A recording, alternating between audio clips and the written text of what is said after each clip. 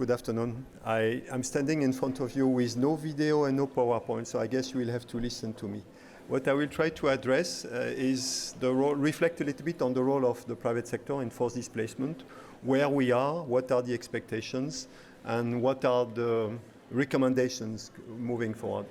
The first element, I think, reflecting a little bit on what was said today, the plenary, is the striking reality and the fact that there's a quite sobering perspective. The number of forcibly displaced people reaching 114 million people, equivalent to the population of Ethiopia, is really pretty depressing, I would say. Then we have also the fact that in average, as you know, refugees stay at least 17 years when they move into a new location. Also the new reality that the origin of refugees and the hosting countries are increasingly becoming middle-income ones. So I think it's a reality that is both growing and transforming. I feel that the Global Refugee Compact in 2018 was an aspiration to change the paradigm. I think there were really two things that opened the door for bigger private sector intervention in that space.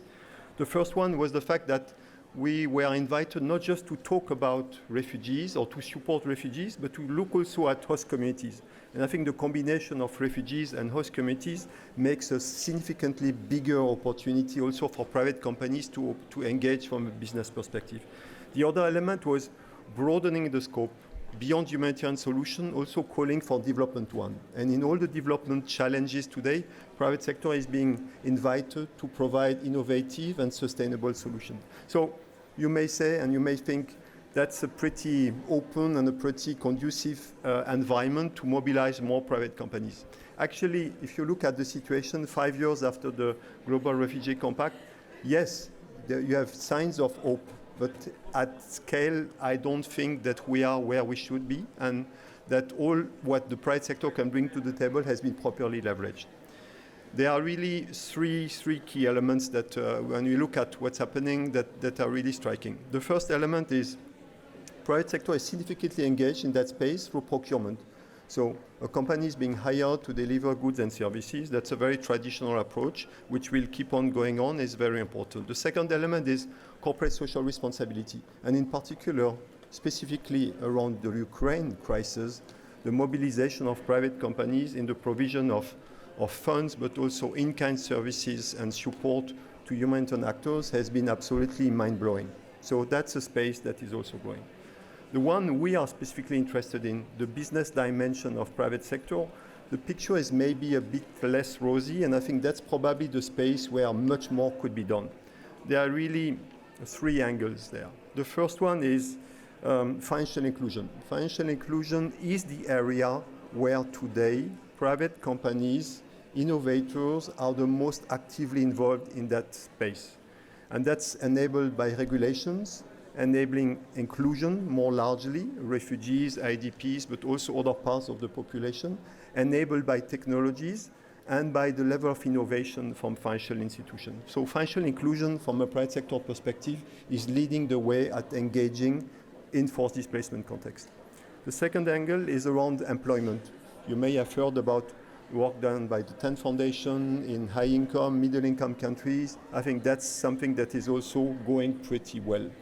The last element, beyond employment and financial inclusion, I think here we see a lot of very informal, smaller businesses, and that's the absorption of refugees and IDPs into the most challenging, the less paid jobs, the more dangerous jobs, the dullest jobs to a certain extent, and very interesting, innovative, but in general, challenge to scale it up, to replicate it, and to provide global solutions.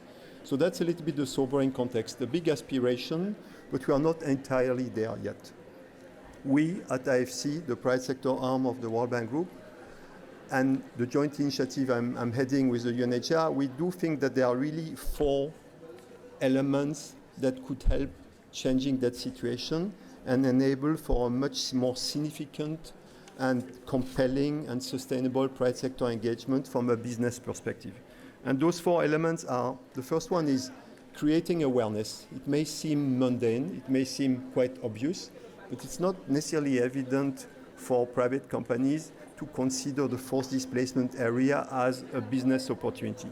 And that's something where we everyone can play a key role at really raising that awareness, sharing data, engaging with some of those companies. I think awareness is really one of the factors.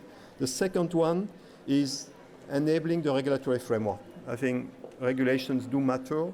The more obstacles there are about refugees' right to move, refugees' right to access land, refugees' right to manage and to own a business, the more complicated it is for private sector to engage.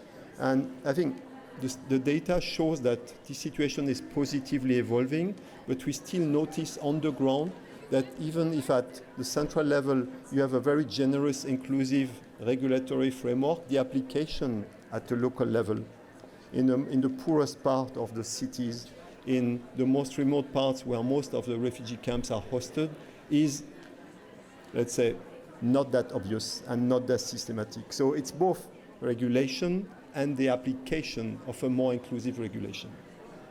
The third element, and that's a key angle we are really pushing for very strongly, is changing a little bit the mindset in the spirit of the Global Refugee Compact.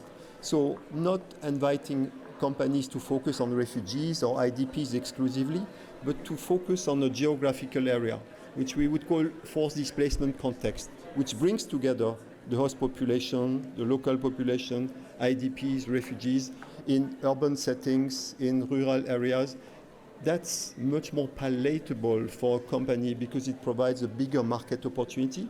And we make the assumption that it's also much more palatable for host government because it leads to local economic development as opposed to an intervention focusing specifically on refugees. That's the third enabling. The fourth one is our collective responsibility as humanitarian actors, as NGOs, as development partners, as a DFI, a development finance institution like the ones I'm representing today. Our responsibility is also to support the companies who see an opportunity and are willing to engage. And that support, you have different dimensions. Funding, probably some element of concessionality in the funding, because you reward the company that is willing to do that. De-risking the investment, which may be perceived as a bit challenging in an area they are not that comfortable or knowledgeable about it, and provide the on-the-ground support, bridging the gap with humanitarian actors, facilitating the transactions, access to land, the contracting, all that nitty-gritty detailed support that is so much needed and not necessarily easily available. So we do strongly believe that a combination of those factors would help building that space and enabling private companies to actually respond to the massive challenge of forced displacement and provide sustainable solutions. We at IFC, we are doing it at our scale, but we have decided, we thought that it's impossible to address it on our own. And I think that's the reason why we have engaged in a strategic partnership with UNHCR. And this brings two very different types of institutions together. A development finance institution on the one side that invests in private companies, and UNHCR, who is hosting us today, the humanitarian agency that has a mandate of protection and solution for refugees. Coming together, we feel that we will be much stronger. UNHCR provides us with access, understanding, and the key protection mandate. We bring investment expertise, private sector discipline, and the network that we have in that space. And the ambition is, by working together, we'll provide support to project, to you on the ground, but also to look at what's working, what's not working, what is the operational knowledge that can be gained and disseminated widely as a global public good. And that's our ambition. And I hope that if myself or my colleagues stand in front of you in 3 and 4 years, if there's a next Global Refugee Forum, we'll be able to report on the progress made between today and this next milestone, and be able to share many more examples of business engagement from private companies in forced displacement context. Thank you very much.